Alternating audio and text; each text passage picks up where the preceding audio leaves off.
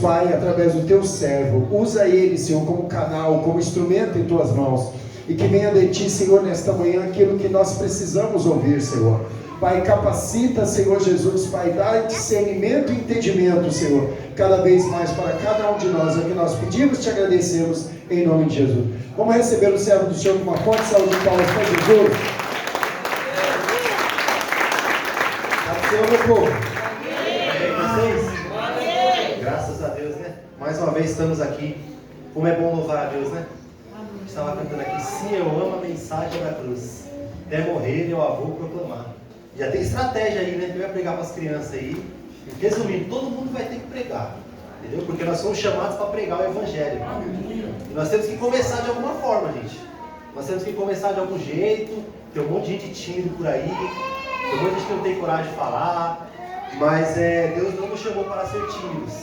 Deus nos chamou para anunciar uma mensagem. Então nós temos que passar por cima disso. Amém, meu povo? Amém. Outra coisa que nós estávamos cantando aqui, nós falamos, o Deus que me chama a andar é o mesmo que acalma o mar. Ou seja, ele continua sendo o mesmo, né? O tempo inteiro ele continua sendo o mesmo. E eu quero compartilhar com vocês a mensagem aqui. 1 Coríntios, capítulo 10. Abram comigo aí. Primeira carta aos Coríntios, capítulo 10.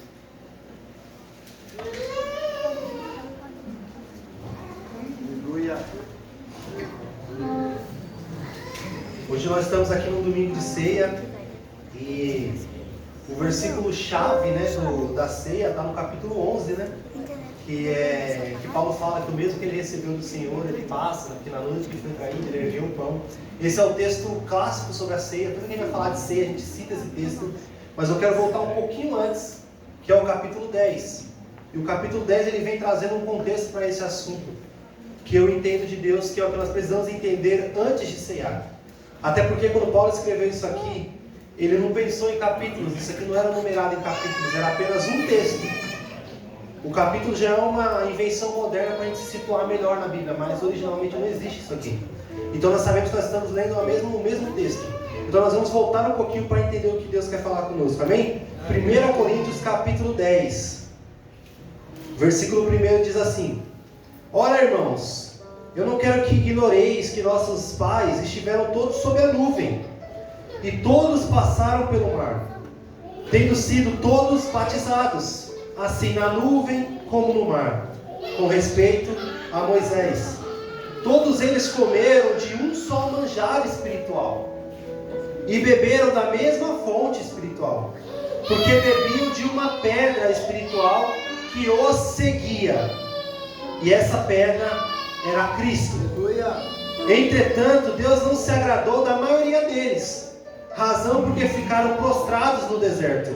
Ora, estas coisas se tornaram exemplos para nós, a fim de que não cobicemos as coisas más, como eles cobiçaram.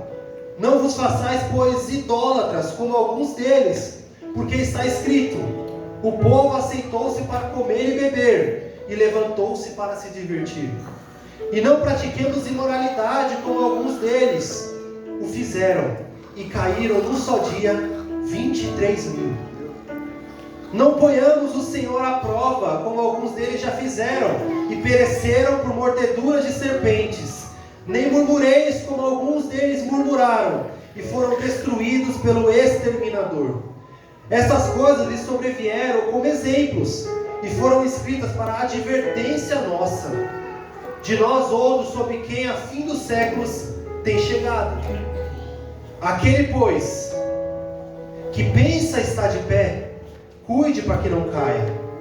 Não vos sobreveio tentação que não fosse humana, mas Deus é fiel, e não permitirá que sejais tentados além das vossas forças. Pelo contrário, juntamente com a tentação, Ele proverá o livramento, de sorte que possais suportar. Portanto, meus amados, fugi da idolatria. Eu falo como criteriosos, julgai vós mesmos o que eu digo. Porventura, o cálice da bênção não é a comunhão do sangue de Cristo? O pão que partimos não é a comunhão do corpo de Cristo? Porque nós, embora muitos, somos unicamente um pão e um só corpo, porque todos participamos do único pão. Amém? Até aqui, pode sentar.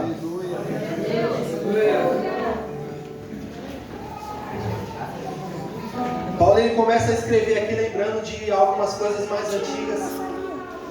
E Paulo ele nos lembra que lá no deserto, o povo de Israel, o povo de Deus, ele foi guiado por uma nuvem. Quem lembra disso? Amém. Lembra que eles eram guiados por uma nuvem e de noite eles eram guiados por uma coluna de fogo que ia mostrando para eles o caminho que eles deveriam seguir. E muito mais do que isso, essa nuvem e esse fogo protegia o povo do calor e também do frio. Ou seja, eles eram guardados e também eram protegidos. E Paulo ele fala aqui que eles eram guiados por uma nuvem, por um fogo, e eles bebiam. Eles passaram pelo mar e eles bebiam uma água. E eles bebiam uma água que saía de uma pedra. E aqui nós temos uma grande revelação. Essa pedra é Cristo. Quando nós olhamos lá para trás, olhamos para a vida de Moisés, muitas vezes nós não conseguimos enxergar isso.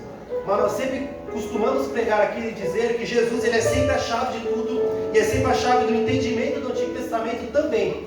Então aquela nuvem, aquele fogo, aquela água e aquela rocha sempre foi Cristo. E é por isso que eu comecei dizendo aqui que a voz que acalma o mar, a voz que nos chama, é sempre a mesma voz.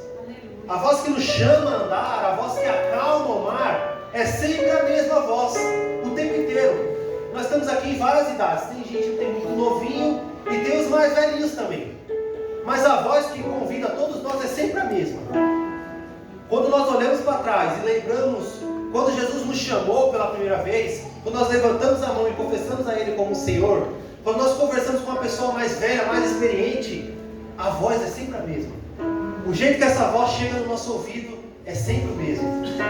E a experiência do amor de Deus, de geração em geração, é sempre a mesma, porque Ele continua transformando e continuará transformando de tempos em tempos, porque Ele é o mesmo. Ele é eterno Deus. E Paulo ele começa a falar tudo isso para trazer um contexto. Para trazer um contexto para esse povo, que a água que eles bebiam é a mesma. E o povo também é o mesmo. Nós estamos aqui falando de comunhão, nós estamos falando de unidade. E nada mais justo do que falar isso antes de participarmos da ceia. Porque a ceia, ela reflete o que é a comunhão do corpo de Cristo. Reflete o que é a unidade do corpo de Cristo. Reflete o que é o sentimento de todos juntos lembrar daquele que é único. E quando nós não temos esse sentimento, nós não conseguimos entender o que é a ceia. E é por isso que a ceia, ela é para quem é crente. A ceia é para quem faz parte do corpo de Cristo. Por quê? Porque o princípio básico para você participar de uma ceia é você entender por que a ceia acontece. É você entender por que nós estamos aqui e por que nós participamos. E a resposta é que nós não participamos porque nós somos bons. A resposta é que nós participamos pelo contrário, porque nós precisamos, porque Ele morreu por nós. E aí nós lembramos isso como uma forma de gratidão. Então o entendimento da ceia é o que Paulo vai nos ensinar também no capítulo 11, que fala que nós não podemos tomar e comer indignamente, ou seja, sem discernir o corpo. O que isso significa, irmão? Vamos traduzir isso aqui.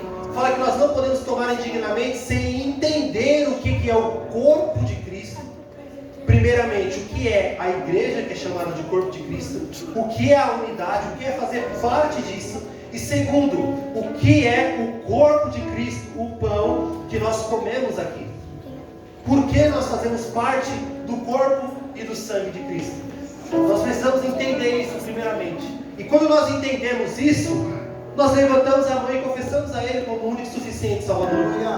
E aí nós fazemos parte da igreja. E é por isso que a ceia, ela é uma cerimônia para crentes. Por isso que a gente tem aquele negócio, mas quem não é batizado não toma ceia. Por que a gente tem esse entendimento? Porque na realidade, na vida real, ninguém deveria ser crente sem ser batizado. Na verdade, o batismo ele é a cerimônia de início do cristianismo. Quando nós confessamos a Jesus como Senhor e Salvador, nós se batizamos.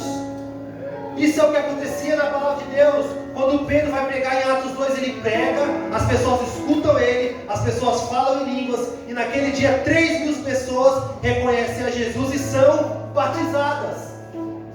Quando o Filipe encontra com o eunuco no deserto, e ele pergunta sobre Isaías para ele explica para ele, apresenta Jesus, e ele pergunta: aqui tem água, o que impede de eu ser batizado? Nada, é lícito, seja batizado em nome de Jesus. O tempo inteiro, as pessoas elas reconhecem o Senhor e são batizadas, isso é o que deveria ser o correto. Mas no mundo moderno, onde nós estamos, as pessoas elas demoram para tomar decisão. E no mundo moderno, as pessoas elas aceitam Jesus e depois elas vão ter um tempo e tudo mais. Então, na realidade, essa pessoa precisa se batizar. Porque só através do batismo é que nós verdadeiramente fazemos parte da igreja de Deus. Porque Jesus ele nos ensinou: quem crer e for batizado será salvo. Quem falou isso foi Jesus. Jesus falou isso. Aí você vai me perguntar, porque sempre tem aquele porém, sempre tem um porquê. Mas Vini, eu lembro do ladrão da cruz, que quando ele morreu, na verdade ele não se batizou, porque ele reconheceu a Jesus nos seus últimos minutos de vida. E o próprio Senhor Jesus, ele disse: ainda hoje estarás comigo no paraíso. Mas esse cara não foi batizado. Nós precisamos entender que existe a regra e a exceção. Existem contextos. O pastor já passou por situações que ele teve que batizar uma pessoa na banheira. Já passou. Jogando a aguinha por cima lá. Mas qual que é o ideal? O ideal é mergulhar. O ideal é afogar por completo, porque isso é batismo. Isso é o que significa batismo, mergulhar. Mas existem situações que nós não temos essas opções. Existem situações que nós não temos água. Existem situações que as pessoas não têm rio à disposição, tem um pouquinho de água. Essa pessoa não vai ser batizada? E existem situações que a pessoa está no alto de uma cruz, no último momento de vida dele, e Jesus conhece cada um. E aí o que fica? Se você está aqui e não é batizado, está apenas esperando a data de se batizar, está tranquilo. Vai ter o dia do batismo, você vai se batizar. Agora, se você escolhe não se batizar, se você ora e fala: eu não quero, você não faz parte do corpo de Cristo. Você toma uma decisão de se afastar, de não querer. Então você precisa ingressar nisso aqui. E Paulo fala isso, que todos precisam participar desse corpo. Todos precisam participar disso. E quando nós temos esse entendimento, nós mergulhamos nessa fé. E Paulo continua dizendo: ora, versículo 6: essas coisas se tornaram exemplos para nós, a fim de que não cobicemos as coisas más, e nem vamos cobiçar elas. Não vos façais idólatras como alguns deles. O perigo aqui nosso, irmãos, para falar a verdade, para falar o português claro, nós não tomamos decisões maiores diante da nossa fé. Nós não falamos mais de Jesus para as pessoas. Nós não adoramos mais a esse Deus. Não é porque nós somos tímidos, não é porque a nossa voz é baixa, não é porque nós trabalhamos demais, não é porque nós temos outros afazeres. O motivo de nós não mergulharmos na fé se chama idolatria. O motivo de nós não escolhermos a Deus se chama idolatria, que é nós colocarmos alguma coisa no lugar de Deus, que é nós adorarmos outra coisa no lugar que deveria ser de Deus. Isso é idolatria. Nós sempre lembramos e trazemos a imagem de idolatria a imagens, quando o pessoal levantava imagens, mas nem sempre é isso. Muitas vezes nós levantamos ídolos e idolatramos esses ídolos sem fazer uma imagem. Mas a nossa vida é uma vida idólatra. E nós não adoramos a Deus e não idolatramos quem deveria ser idolatrado, porque nós estamos idolatrando outras coisas. Porque nós temos outros ídolos. E quando nós esperamos decidir a pregar o Evangelho, a falar de Jesus, o ídolo aparece na hora. Nós lembramos na hora, mas se eu for aí, eu perco isso aqui. Mas se eu for para lá, eu perco aquilo outro. Mas se eu começar a pregar, eles vão rir de mim. Sabe qual que é o maior ídolo da nossa geração? A nossa reputação. O maior ídolo que nós temos e carregamos é o nosso ser, a nossa reputação. Porque nós precisamos ser bem vistos o tempo inteiro. Nós precisamos se apresentar o tempo inteiro. Nós não podemos sair por baixo. E a nossa reputação, ela nos trava. Isso é idolatria. Porque você está idolatrando a você mesmo. Você está idolatrando o seu bem-estar. Você está idolatrando aquilo que você queria estar bem. Mas Jesus te chama para pregar.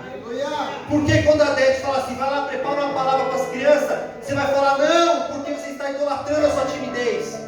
Você está idolatrando porque você não vai ter coragem de passar por cima disso.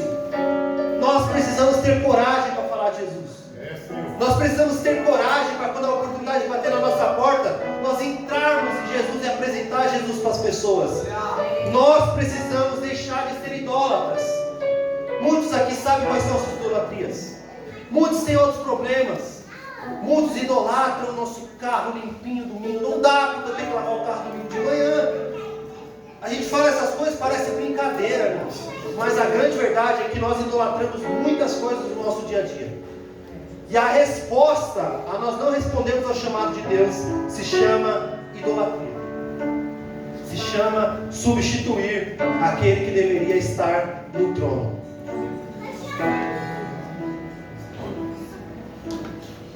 Versículo 10 diz assim: nem murmureis como alguns deles murmuraram e foram destruídos.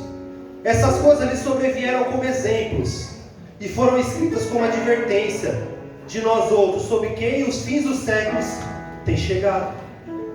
Aquele, pois, que pensa estar de pé, cuide para que não caia. Quando a gente fala de reputação, quando a gente fala do nosso estar confortável, a grande verdade é que nós queremos sempre estar de pé. A grande verdade é que nós não podemos passar a imagem de sair por baixo. Nós não queremos estar errados, para as pessoas não acharem que nós somos fracos, ou que você errou. E a grande verdade sobre tudo isso aqui é que nós precisamos tomar cuidado, porque quem está muito em pé pode cair. E quanto maior a altura, maior a queda. Quanto maior o tamanho que você se coloca, maior é a queda. E é por isso que o pastor sempre nos ensina que o lugar mais alto que nós poderemos estar é aos pés do Senhor. Esses dias eu estava vendo um vídeo lá no Instagram e o cara falou assim: o homem que não serve para servir, ele não serve. E é verdade, porque o homem que não serve para servir ao outro, não serve para servir ao seu irmão, ele não serve para nada. Porque nós somos chamados para servir, nós somos chamados para dar ao outro, nós somos chamados para viver, para que o outro viva mais ainda.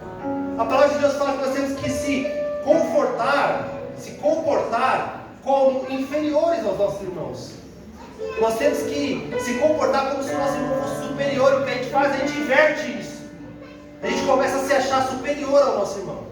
A gente começa a se achar, a olhar por cima, porque eu sou o melhor, porque eu sei fazer isso e ele não sabe. Mas você não entende que você precisa trazer esse irmão para cima e não o contrário. E quem está de pé, cuide para que não caia.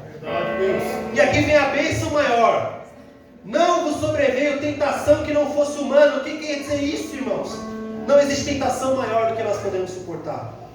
Quando a tentação vem, o próprio Deus, Ele já nos dá o escape.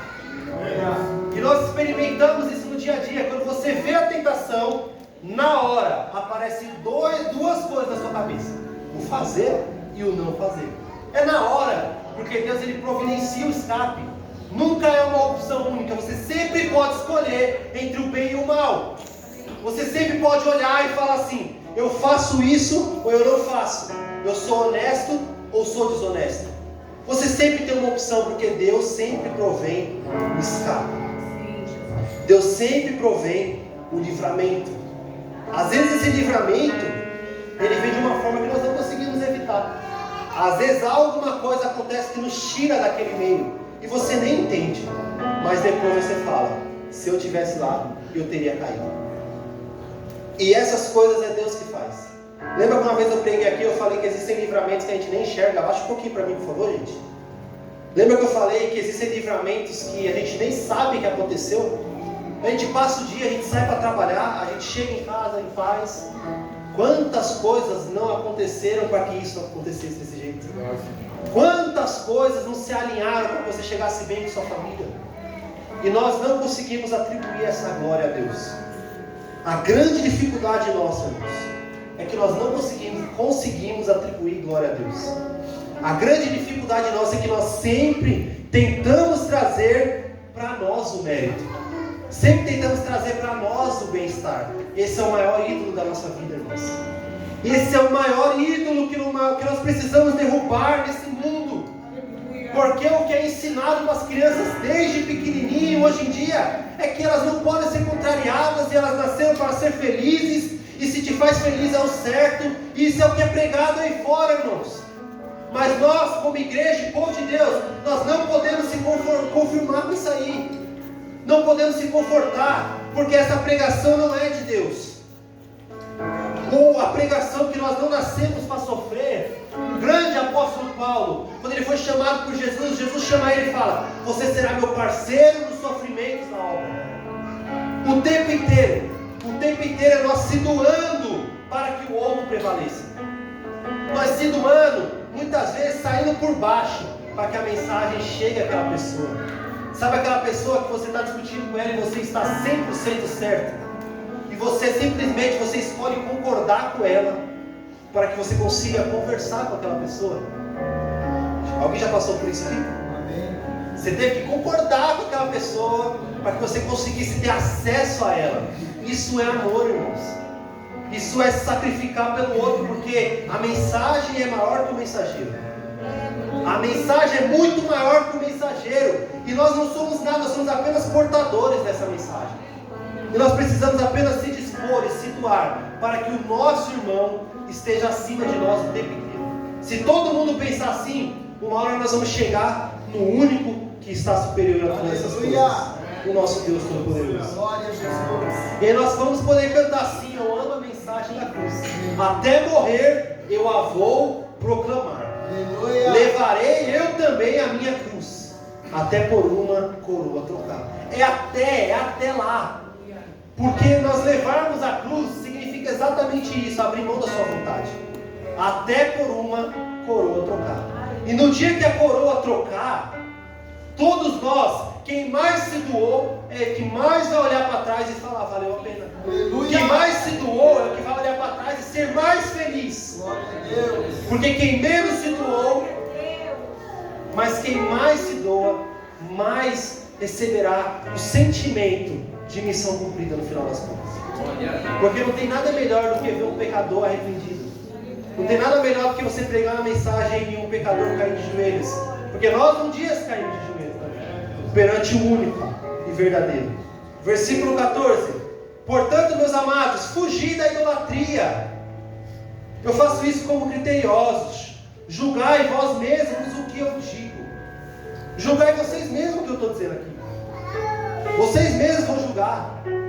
Porque ele resume o nosso sentimento aqui de se desviar de Deus, de preparar o caminho, de reclamar, de esperar coisas melhores. O pessoal no deserto, irmãos, eles queriam comer cebola. Olha essa ideia. No deserto, eles estavam lá no Egito. Aí no deserto eles tinham um maná que caía do céu. E eles falavam: eu tenho saudade da cebola. Quem tem saudade de cebola? Quem tem saudade de cebola? Mas eles tinham. Você entende como o ser humano é complicado? O ser humano, ele está lá no bem bom, a comida caindo do céu, ele fala: eu queria cebola. A gente sempre quer algo melhor. A grama do vizinho é sempre mais verde, irmãos. A grama do vizinho é sempre mais verde. Eu tenho experiência, eu trabalho com obra. E na obra a gente começa a conversar com os peão, né? A gente é tudo peão de obra.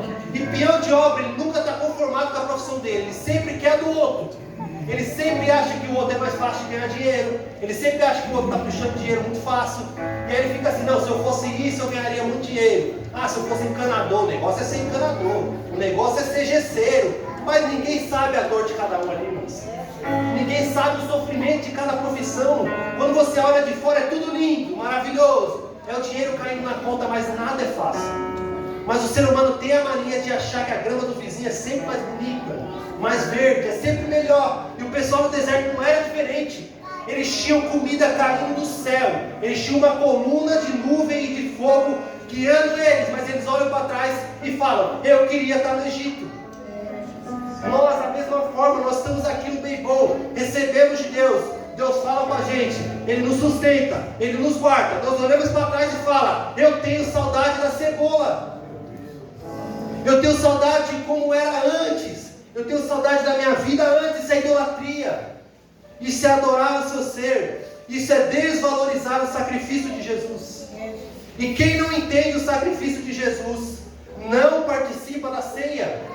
Porque a ceia é exatamente participar e entender o sacrifício de Jesus. É exatamente isso. E quando nós entendemos isso, nós se apresentamos com pessoas que precisam participar disso. Aleluia. Precisam, porque nós entendemos que nós não conseguimos por nós mesmos. E Paulo fala, versículo 16: porventura o cálice da bênção que abençoamos não é a comunhão do sangue de Cristo? O pão que partimos não é a comunhão do corpo de Cristo? Porque nós, embora muitos, somos apenas um pão, um só corpo, porque todos participamos do único pão. Ou seja, nós, embora muitos, embora diferentes, embora mais altos e mais baixos, nós fazemos parte de um único pão. Nós fazemos parte de uma única igreja, de um único corpo. Eu não estou falando só da gente. Todos que reconhecem a Jesus fazem parte de uma única igreja. Não existem eles, é sempre nós. Nós somos a igreja, nós somos o povo de Deus. E nós somos um pão. E quando nós entendemos que nós somos um pão, nós fazemos parte do único pão. Isso aqui é um poema. Nós fazemos parte do único pão, o pão da vida, Jesus Cristo. Ele é apresentado como o pão que desceu do céu. Ele é apresentado como o pão que quem come não tem mais fome. Ele é apresentado como a água que quem bebe não tem mais sede. O tempo inteiro tudo é derramado em Jesus. Tudo é derramado na pessoa de Jesus. O tempo inteiro. Isso é ser cristão, irmãos. Não precisa de muleta, não precisa olhar para trás, não precisa de roupa de judeu, não precisa de talite, não precisa de nada disso. Nós apenas precisamos olhar para a pessoa de Jesus, porque Ele é a manifestação perfeita e completa daquilo que um dia foi apenas sombra. Um dia, a pedra que esses homens beberam ali no deserto, a água que jorrou da rocha, a nuvem, o fogo, o maná, a serpente levantada, tudo isso era apenas uma sombra daquilo que estaria por vir.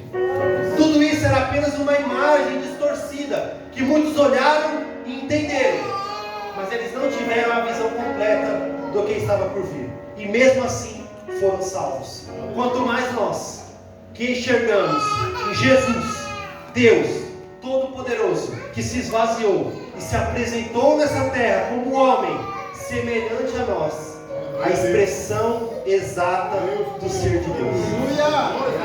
Jesus é a expressão exata de Deus. Jesus é Deus Todo-Poderoso. Jesus é o Deus Todo-Poderoso que desceu nessa terra. E Ele fala unicamente em um único pão, que é Cristo. Nós vamos fazer parte desse pão. Nós faremos parte desse único pão.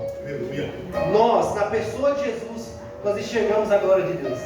A glória de Deus que foi tão sonhada por todos os profetas, todos os servos de Deus, que apenas sonhavam em ver a expressão de Deus, a face de Deus, como tudo isso poderia ser. Jesus se apresenta com a expressão exata de Deus, a imagem do Deus invisível, Jesus Cristo. E Jesus o Cristo, quando Paulo chega no capítulo 11, ele fala: o que eu recebi do Senhor, agora eu passo para vocês. Que o Senhor Jesus, na noite que foi traído, Ele ergueu o pão ao céu e, tendo dado graças, Ele partiu. Participar do corpo é para aqueles que reconhecem isso. Participar do corpo é para quem tem esse entendimento, para quem reconhece quem partiu o pão. Quem não reconhece quem partiu, não faz sentido, não combina. Não é porque nós somos melhores ou piores, é apenas porque nós precisamos entender o que é a ceia.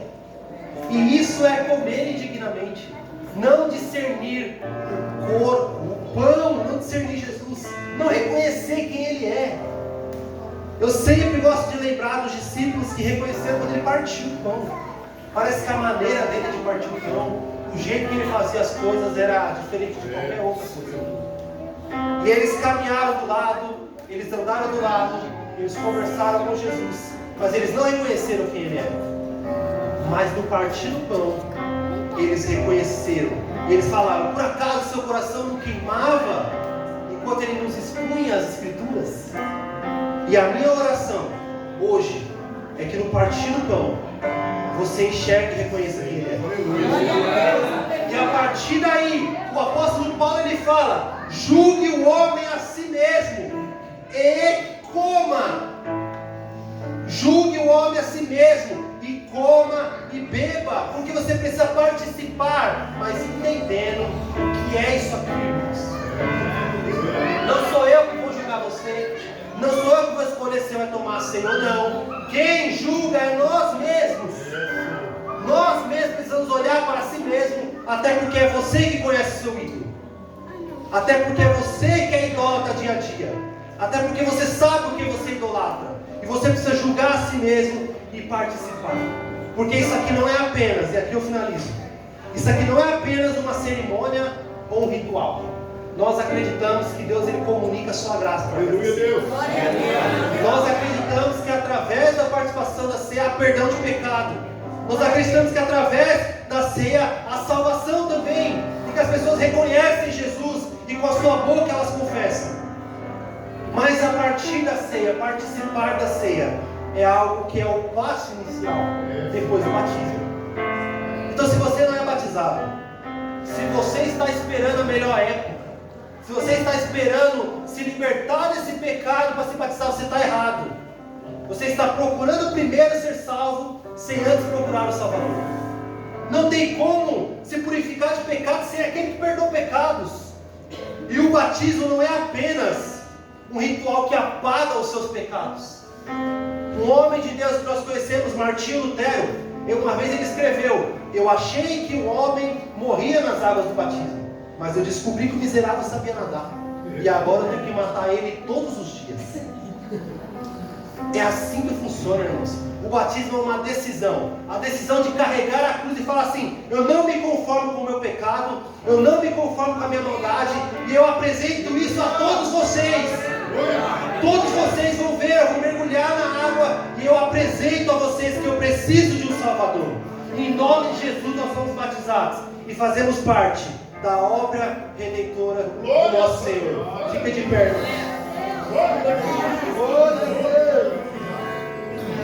Obrigado, Senhor. Eu vou orar e logo em seguida o pastor vai dar continuidade na ceia. Eu quero pedir que você ore para que você enxergue esse Jesus central que nós enxergamos aqui. Eu espero que você entenda que isso aqui não é uma igreja de show, isso aqui não é uma igreja humanista, isso aqui não é uma igreja que aceita tudo, isso aí não é uma igreja que Deus aceita você como é. Deus não aceita ninguém como a gente é. Todo mundo precisa se arrepender. Deus não aceita ninguém como a gente é. Todo mundo precisa de Salvador. Todo mundo precisa abrir mão de alguma coisa. Romanos 3 fala que todos pecaram e todos estão separados da glória de Deus. E esse todos, Jesus olha para todos e fala: a salvação está disponível para todos. Mas Deus não aceita a gente como a gente é. Nós precisamos mudar de vida. Nós precisamos ser transformados. Nós precisamos matar a nossa carne todos os dias. Seu Deus e Pai,